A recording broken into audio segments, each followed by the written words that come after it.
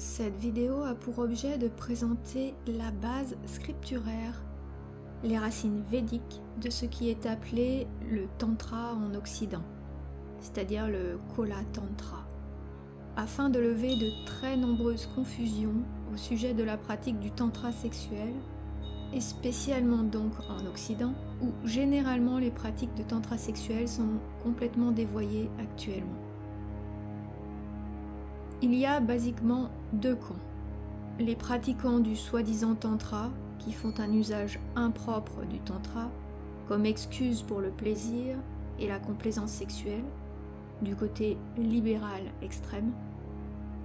Et du côté conservateur extrême, nous avons les tantrikas religieux qui prétendent que la voie Kola, le Kola Tantra, donc la pratique du tantra sexuel, est illégitime et non védique. Ces deux approches sont contraires aux Écritures. Il est donc important de connaître les bases scripturaires de la véritable voie du Kola Tantra.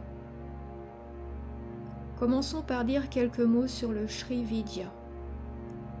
Le Sri Vidya est la connaissance de la déesse, et spécialement la connaissance du culte rituel de la déesse.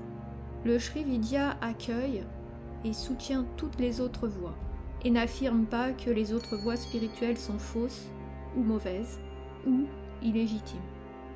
Au contraire, le Sri Vidya affirme que chaque individu a une couleur différente et un choix différent. Et bien évidemment, ce choix est légitime. Ainsi, si quelqu'un veut pratiquer un tantra sexuel radical, c'est juste, car cela s'inscrit dans un certain cadre, quoi qu'il en soit.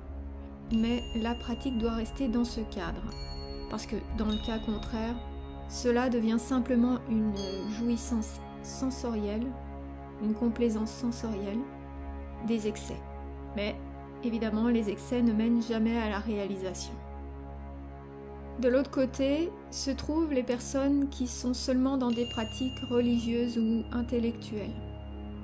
Et ceci représente un autre extrême, car en fait, ils répriment ou refoulent leur énergie, et ainsi cette énergie ne conduit jamais à l'achèvement, c'est-à-dire à la réalisation finale, complète. Donc, revenons à la structure de base du Sri Vidya qui s'organise en deux voies, la voie Kola et la voie Samaya.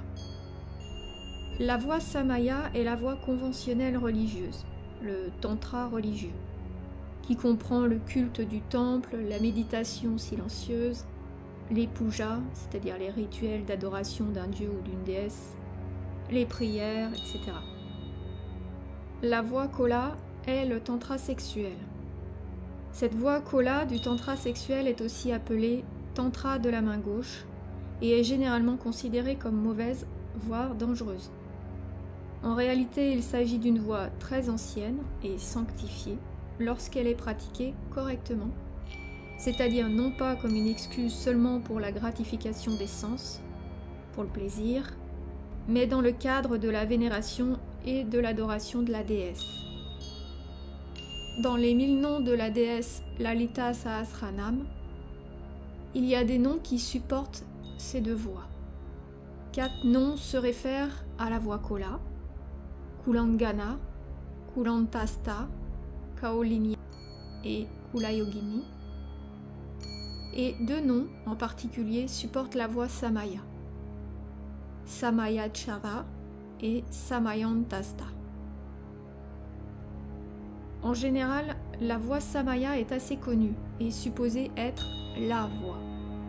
Même de grandes autorités présentent la voie religieuse, la voie Samaya, comme étant la seule voie qui existe ou comme la seule voie légitime. Il est vrai qu'il est possible que ces autorités essayent de protéger contre le mésusage du tantra sexuel, c'est-à-dire de la voie Kola.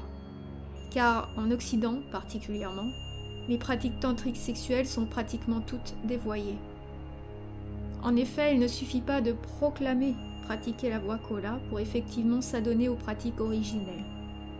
La voie Kola n'est pas une voie de complaisance sexuelle ou sensuelle. Donc, pour y voir clair, il faut retourner à la source originelle, les écritures originelles et spécialement le culte de Lalita Sahasranam qui est extrêmement ancien. Si on regarde les noms liés à Lalita Sahasranam, nom qui supporte la voie Kola, le tantra sexuel donc, on parvient à une vision plus claire de ce qui sous-tend les pratiques du tantra sexuel. Voici certains noms de la déesse et leur signification. Le premier nom, Kulamritaika Rasika, signifie « elle qui se délecte du nectar qui coule du chakra Sahasrara à travers tout le chemin du Kula en tant que Kundalini ». Kula signifie « demeure » ou « résidence de la conscience ». C'est le nom de Sushumna, le canal central d'énergie de la colonne vertébrale. Et c'est le lieu où la déesse réside, là où l'énergie vitale s'écoule, dans un circuit qui va du chakra racine, Muladhara, jusqu'au chakra couronne, le Sahasrara, et inversement. La Sushumna est la voie équilibrée, parfois décrite comme deux serpents qui s'entrecroisent. Cette voie est connue sous le nom de la voie Kola, ou Kula, et ceux qui suivent cette voie spirituelle sont appelés Kolas.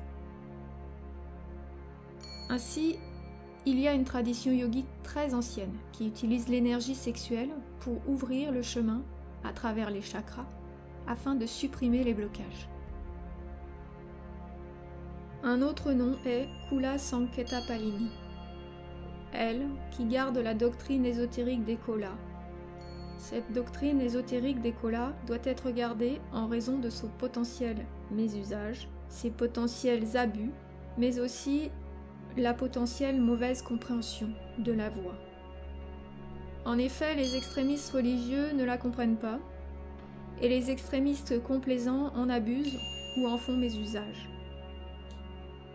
Un autre nom est Kuliangana, elle qui est l'élément féminin dans la voie Kola, la Kundalini.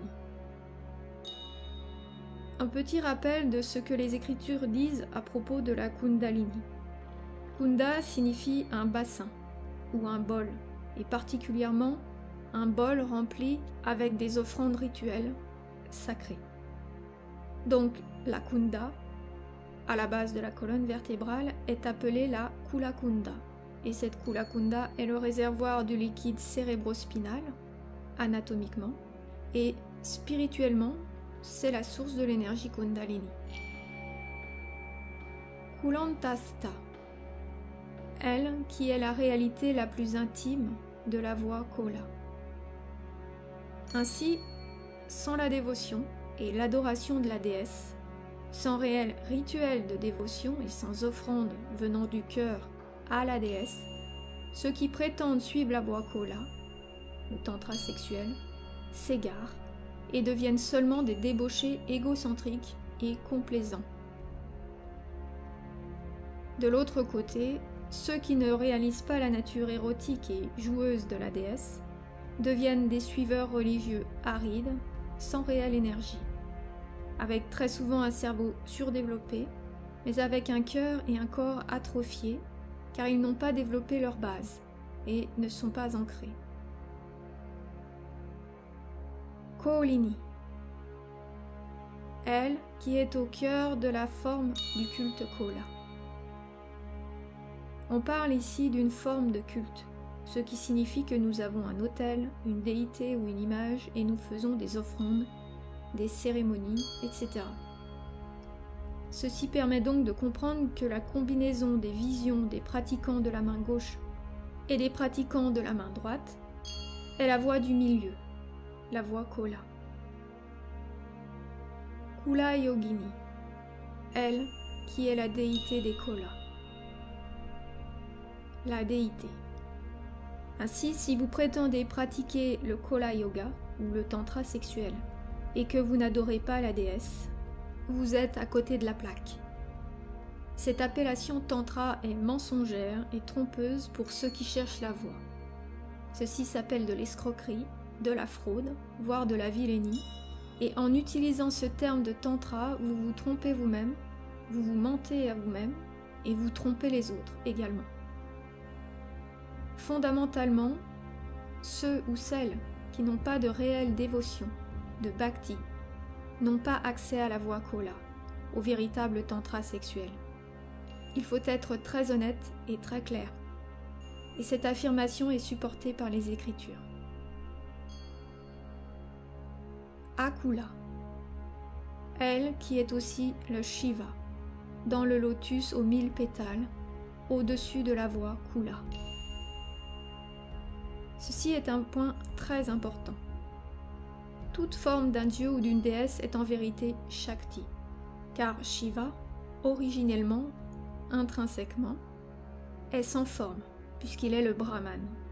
Il est la pure conscience sans objet avant la création.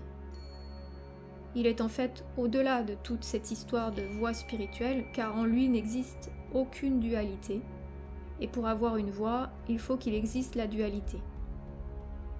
Et Shakti, la déesse, est la dualité, même si cette dualité est illusoire. La déesse devient donc toutes les formes impliquées dans ou sur le chemin spirituel. Kula Rupini, elle qui est la divinité de la secte Kola. Le mot Rupini est associé au mot Rupa, la forme, et la déesse, la forme féminine, est la déité de la voie Kola. On ne peut pas passer à côté de ça, mais malheureusement les tantrikas du néo-tantra moderne ne vénèrent pas la déesse et suppriment la connaissance des Écritures. Évidemment, si cela devient ou devenait connu, la tricherie et la supercherie de tous ces enseignements soi-disant tantriques seraient évidentes et exposées clairement. La spiritualité authentique ne consiste pas à priver les autres et soi-même de la source de pouvoir authentique. Donc, en résumé, il est possible d'obtenir toute bénédiction jusqu'à l'illumination complète simplement en adorant et en vénérant la déesse, la Shakti, à travers la voie Kola, du tantra sexuel, ou la voie Samana, du tantra religieux, ou en combinant les deux voies, ce qui est vraisemblablement encore mieux.